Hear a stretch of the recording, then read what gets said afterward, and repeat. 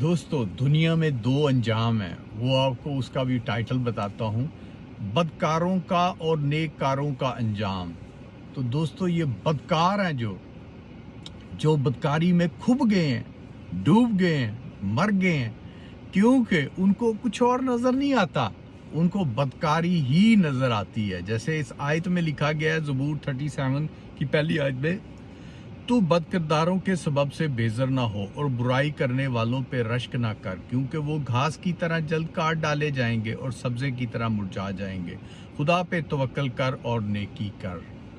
दोस्तों जो बदकार हैं उनका तो जाम खुदा बता रहा है, और जो नेककारों को जो अवार्ड दिया जाएगा, उनकी मजदूरी, उनको उजरत, हमेशा की जिंदगी का ताज देगा खुदावंद आसमानी बाप, गॉड और जीसस।